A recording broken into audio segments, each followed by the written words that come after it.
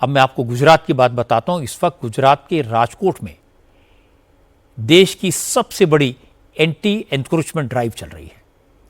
इस अभियान के तहत नदी के आसपास सरकारी जमीन पर कब्जा करके बनाए गए 1492 मकानों पर बुलडोजर चल रहा है।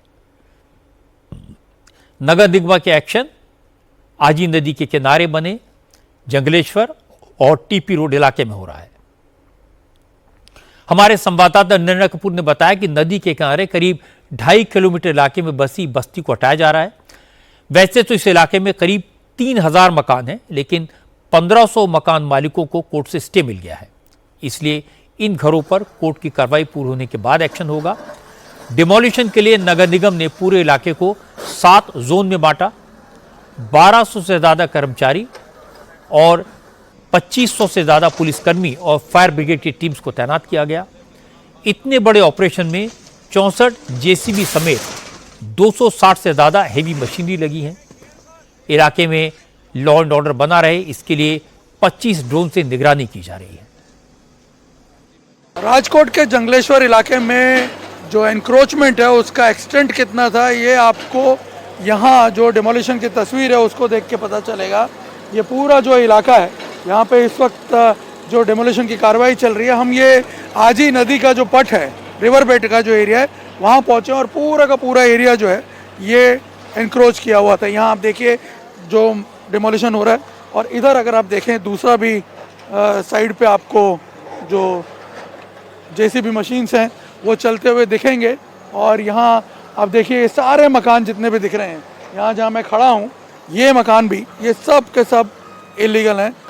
ये करीब इनकी संख्या 1500 के आसपास बताई जा रही है। और ये जो पूरा टीपी रोड वाला जो सेक्शन है वो करीब 3 किलोमीटर के दायरे में उसको तोड़ा जाएगा। और यहाँ पूरा रिवर फ्रंट का जो ये एरिया है, यहाँ पे भी आप देखें एक बड़े इलाके में ये फैला हुआ है एनक्रोचमेंट। राजकोट शहर में होने वाले जो क्राइम है उसमें बताया जाता है कि 50% से ज़्यादा क्राइम सिर्फ इस जंगलेश्वर इलाके में कमिट होते हैं राजकोट में। एक ज़माना ऐसा था जब यहाँ पुलिस भी एंटर नहीं कर पाती थी, लेकिन आज अगर आप यहाँ इस एरिया को देखेंगे तो आज ये पूरी तरह देखिए जो है ज़मीन दोस्त हो चुका है ये इलाका। राजकोट नगर निगम के कमिश्नर तुषार सुवेरा ने बताया कि कई दशकों से इतने बड़े इलाके में लोगों ने धीरे धीरे अवैध कब्जा किया। लोगों ने पक्के मकान बना लिए। इसके कारण नदी का बहाव क्षेत्र सिकुड़ गया। राजकोट में बाढ़ की समस्या आने लगी। हर साल लोगों को रेस्क्यू करना पड़ता था। संकरा इलाका होने के कारण जंगलेश्वर अपराध का गढ़ बन गया था। राजकोट में होने वाले 50% क्राइम करने वाले अपराधियों का कनेक्शन इसी इलाके से मिलता था। चूँकि बहुत ही घनी आबादी थी, छोटी छोटी सकरी गलियाँ थी, इसलिए इन इलाकों में रेड करने में पुलिस को भी परेशानी होती थी। कई बार पुलिस पर हमला किया गया। प्रशासन ने यहाँ से लोगों को हटाने की कोशिशें कई बार की। लोगों को दूसरी जगह बसाने के लिए घर बनाकर दिए। 800 से ज़्यादा परिवारों ने दूसरी जगह मकान ले भी लिए, लेकिन इस जगह को खाली करने के बजाय सरकारी मकान दूसरों को किराए पर दे दिए और खुद इसी इलाके में डटे रहे। इसके बाद प्रशासन ने बुलडोजर चलाने का फैसला किया। जंगलेश्वर का हमें पहला के नेचुरल डिजास्टर के केस में हमें चिंता था। एकदम रिवर बेड में आजी रिवर और हमारी खोखरदर जो मिलती है वहीं पे ये था। जब अगर कोई बड़ा फ्लैश फ्लड हो गया तो ये पूरे houses could have been under water and काफी। तो मुझे एक चीज लग रही कि एक बड़ा नेचुरल डिजास्टर के एंगल से चेंज होगा। दूसरा होगा कि एकदम इनएक्सेसिबल था जो एरिया, उसके कारण 2-4 चीजें थी। एक तो emergency also response also was a problem, और दूसरा क्राइम के लिए एक अच्छा सीन ये हो जाता था कि एक बार आप अंदर घुस गए, finding you was like finding a tiny dot in a universe type. तो उसके सामने आज हम एक्सेसिबल जंगलेश्वर बना रहे हैं कि जो पीछे से भी खुल गया है, नदी का पट भी खुल गया और रोड बीच में से बन रहा है। इसीलिए इस बार जो आप डिमोलिशन देख रहे हैं, it is a complete demolition कि हम वो नदी का जो खाली बेड है उसको हम सच में बेड में कन्वर्ट कर देंगे अब, ताकि अब नेक्स्ट मॉनसून में हमें दौड़ना ना पड़े फॉर सेविंग पीपल। गुजरात के deputy chief minister Harsh Sanghavi ने कहा है कि डिमोलिशन ड्राइव का सेकंड फेज भी जल्दी से लॉन्च होगा। हर्ष सांघवी ने कहा कि रिवर बेड पर कब्जा करके बनी ये बस्ती अपराधियों का अड्डा बन गई थी, इसलिए एक्शन तो जरूरी था।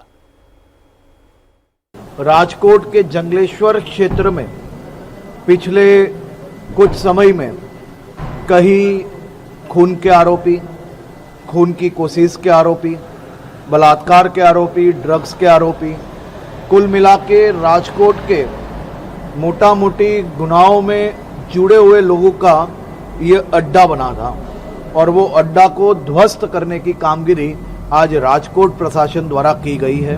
राज्य के जो सामान्य नागरिक हैं उनके हित में ये जगह सुरक्षित रखी गई होती है। कोई स्कूल बनाने के लिए, हेल्थ के हॉस्पिटल्स बनाने के लिए सरकार के द्वारा विविध आयोजन के माध्यम से लोगों के हित में काम आए, उसके लिए प्रोजेक्ट के लिए ये सुरक्षित रखी गई जगह थी और ये जगह को खाली कराने की कामगिरी आज सुबह से चालू है।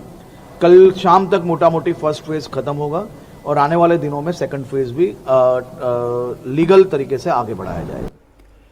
जब लोग के घर टूटते हैं, बुलडोज़र चलता है, तो पहली बात मन में ये आती है कि अब ये लोग कहाँ जाएंगे, कहाँ रहेंगे। और दूसरा सवाल ये उठता है कि जब गैर कानूनी तौर पर पक्के मकान बन रहे थे तो सरकारी अफसर कहाँ थे, किसी ने इन्हें बनने से रोका क्यों नहीं।